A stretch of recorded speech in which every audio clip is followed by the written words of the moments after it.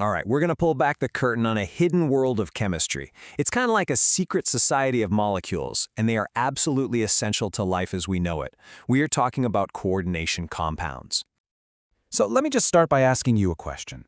What do the vibrant green of a leaf, the deep red of our blood, and something like vitamin B12 all have in common?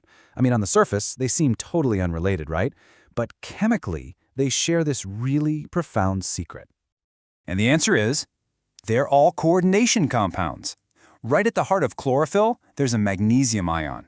Smack in the center of hemoglobin, you've got an iron ion. And in vitamin B12, a cobalt ion. You see, these metal ions are the absolute key to how they work, holding this entire complex structure together. So how in the world did these things work? Well, today, we're going to dive into a colorful chemical mystery. We'll meet the king's inner circle, learn the rules of his court, figure out how these complexes get their color, and then wrap it all up with a final challenge for you. Let's get into it. Our story starts with a Swiss chemist named Alfred Werner. And back in the late 1800s, he was looking at a series of compounds that seemed to just break all the rules of chemical bonding that people knew at the time. Okay, check this out. This is the data that was driving Werner crazy. He'd mix cobalt chloride with different amounts of ammonia and get these really weird results. The yellow one? It gave him 3 units of silver chloride precipitate. The purple one? 2.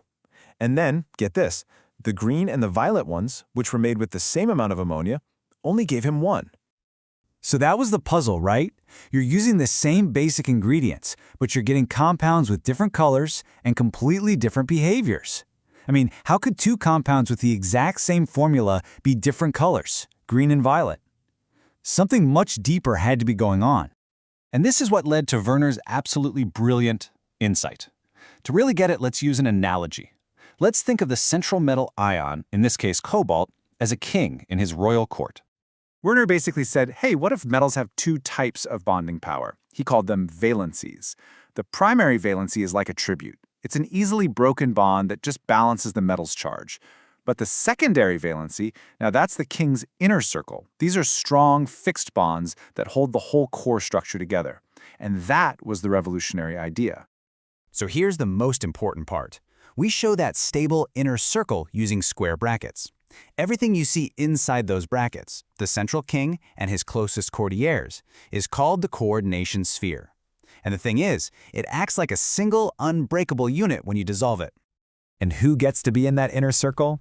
They're called ligands. Think of these as the loyal courtiers, the molecules or ions that are directly and very strongly bonded to that central metal.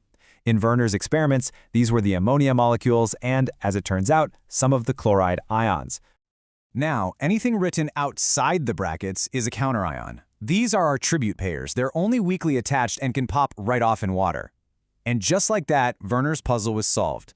The chloride ions that were forming a precipitate were the tribute-paying counterions, while the ones locked inside the brackets, they were part of the inner circle, and they stayed right where they were.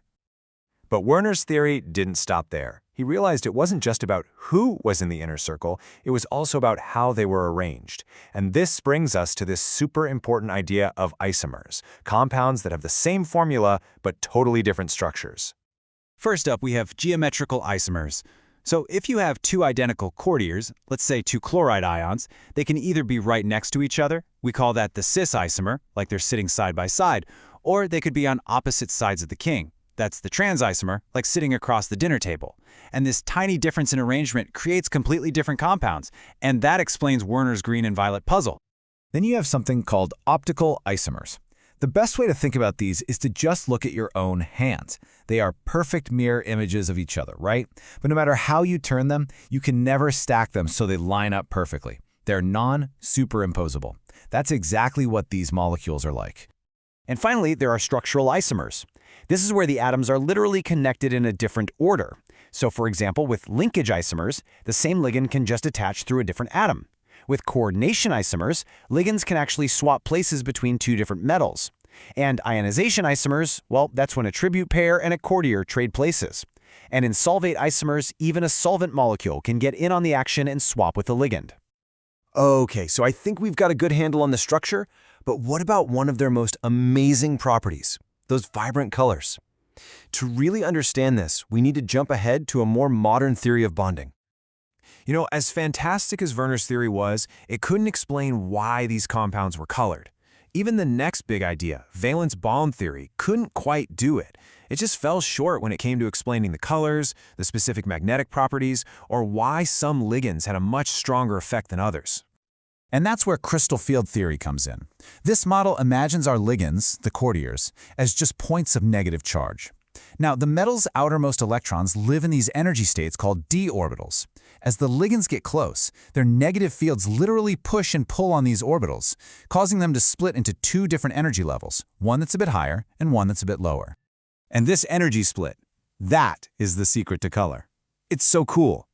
When white light, which has all the colors, hits the compound, an electron in a lower orbital can absorb a very specific color of light, let's say it absorbs yellow light, to get just enough energy to jump up to the higher level.